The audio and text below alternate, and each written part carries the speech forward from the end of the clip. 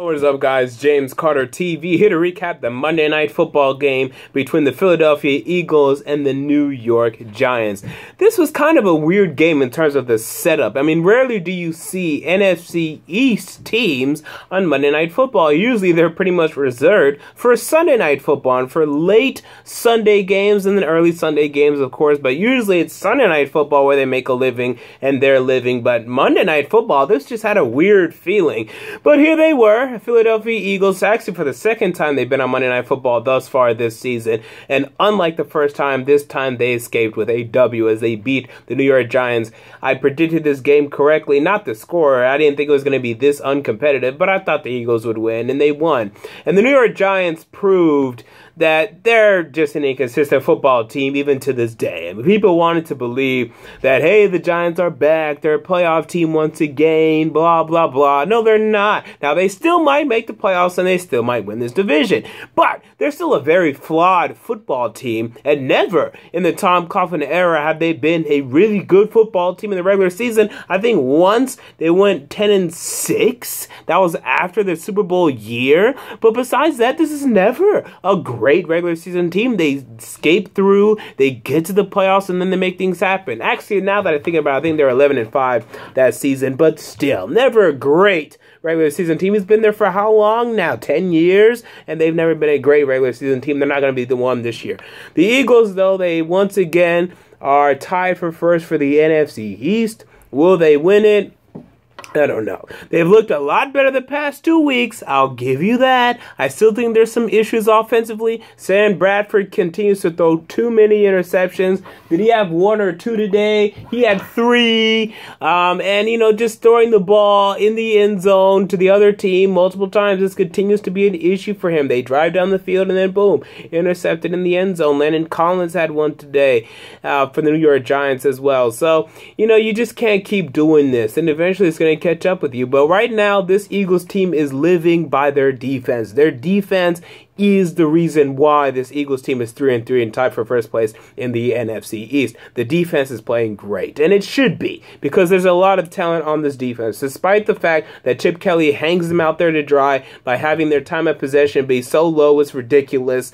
But despite all that, the defense is playing really well. Nolan Carroll is their best corner. I know they signed Byron Maxwell to this ridiculous contract. I don't care. It's Nolan Carroll who continues to be the Philadelphia Eagles' best cornerback. He's been playing really well for them. They're getting good pressure on the quarterback. Not great, but good. Their defensive line has talent on it. So, they just continue to play well. Malcolm Jenkins, by the way, he's playing really well. You wonder why the Saints ever let go of this guy, because he's playing really great as well. And Walter Thurman, his transition to safety has been seamless as well.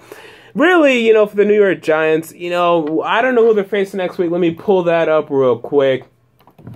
I don't know who's going to win the NFC East. Honestly, I'm still projecting the Dallas Cowboys. I believe that once they get Tony Romo back and once they get Dez Bryant back, they're just better than these teams and that they're going to go on a run. But right now, who's winning the NFC East? It's a toss-up, but I am eliminating and forgetting about the Washington Redskins. Forget about them. They're not going to they're not going to win the division. I don't see any way. They're maximum, they're going to be a 7-win football team, and that would be a great year because I had them going 3-13, as I'm sure maybe you did too. So them going 7-9 is an overachievement. They should be happy with that, but they're not going to win this division. It's going to take 9-7, I would say, to win this division, maybe more. So they're just forget about the Washington Redskins. So next week, the New York Giants, I don't see them. Do they have a bye week? I guess no, they host the Dallas Cowboys. So this will be an interesting game, but they should win this game. If they do not win this game, then they should be very concerned. But they'll win this game against a Matt Castle-led Dallas Cowboys team. If you lose this game, I don't want to say you're done, but you're in big trouble because I still think the Cowboys are in it. By losing to them, they're definitely in it. And they have a sweep and the tiebreaker over you. So that would really hurt if you're the New York Giants. You have to win next week.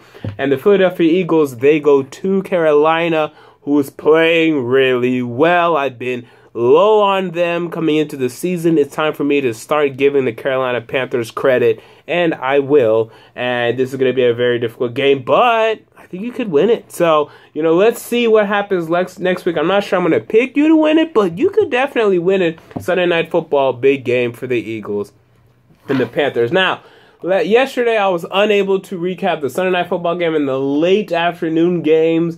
Why? To be honest, I was kind of in a depressed state. Realizing that once again my Tennessee Titans season is over, that we have to clean house. It was kind of depressing. I didn't really want to make videos, but that is no excuse. So really quick, let me give you my quick recaps of the late afternoon games and the Sunday Night Football game. Now, first, the Carolina Panthers, who I just alluded to, they beat the Seattle Seahawks. They went to Seattle. They beat Seattle. Good for them. I'm finally going to start raising my eyebrow and paying attention to the Carolina Panthers. They're first place in sole possession of the NFC South. That's great. That's good for them. I still have the Falcons winning the division, but I do believe this win now makes the Panthers a clear wild card team at least. So they're going to make the playoffs. Unless they really choke this away, they're going to make the playoffs. Because right now, the way the NFL is set up, you have a tier of about 9 teams that are winning teams, that have a winning record. And then you have everyone else. So when you look at the NFC specifically, who do we got? You have the Packers that look like they're going to win their division. Not even look like they are. They're going to win their division. Okay, you have the Cardinals. They have a 2-game lead over the Seahawks. Let's just say for now that they win their division. Okay, let's just roll with that hypothesis for now. You have the Falcons. This is what I'm projecting. You have the Falcons or the Panthers that are going to win the NFC South. Let's say the Falcons for now. Just that way I can make my point. And then finally, you have the NFC East, who should not have a playoff team, but they will. So let's say for right now, I have the Cowboys. I do, but insert your NFC East team here. Now, no one else from the NFC East is going to get a wild card, so forget it. Now, you have the loser of the NFC South, the second place team, which I project to be the Carolina Panthers. So let's say the Panthers get that first wild card. And then from there, you have a who wants it the most. And it looks like that's going to be the Minnesota Vikings, who are 3-2. The Seattle Seahawks are 2-4. They can definitely catch up. The Seahawks can definitely catch up, but they have some ground to make up. So really, either the Seahawks or the Vikings, and I don't see anyone else that is going to compete for a wild card. Maybe the Giants or the Eagles can get involved a little bit, but I only think the NFC East will send one playoff team this year. I think they're just going to continue to beat each other up. They love to do it. They continue to do it. And the Eagles' schedule, by the way, is very difficult upcoming. So that's what the NFC South is looking like right now to me. So, the Seattle Seahawks, you guys need to start winning football games. I mean, this is bad. Your defense is giving up fourth quarter leads. I've been very bashful of Russell Wilson, and I believe deservedly so. But hey, he had the lead going into the fourth quarter. His defense led up 2 80-yard drives, touchdown drives by Cam Newton. You can't do that, especially when Cam Newton has Ted Ginn and Greg Olsen as his best weapons. You can't allow that. They allowed that, and that was the end of the football game. Seattle Seahawks need to fix their fourth quarter defense. It is bad. All right, so next game we have the Baltimore Ravens. They lost to the San Francisco 49ers. I said the loser of this game would be picking top 5 in the NFL draft. The Baltimore Ravens, congratulations, you will be picking top 5 in the NFL draft. And it's a shame because the Baltimore Ravens are a team that a lot of us projected to make the playoffs. If you didn't, you had them at least being 8-8. And if you didn't, wow, you are on to something, but I highly doubt that. The Ravens are really disappointing this year, but this is actually frighten people because if the Ravens get a top 10 pick and Ozzie Newsome gets a top 10 pick, they have a nice history with top 10 picks, guys. So the Ravens having a high pick, you know they're going to get another great defensive player who's going to wreak hell on the NFL for years to come. And I'm looking at specifically like a guy like Jalen Ramsey, who could be, with them especially, the next Ed Reed. I do believe that. So the Ravens having a top 5 pick should scare the hell out of people that hate the Ravens. And as for the San Francisco 49ers, good, their season is saved for now. Next week, let's see who they go up against. They go up against...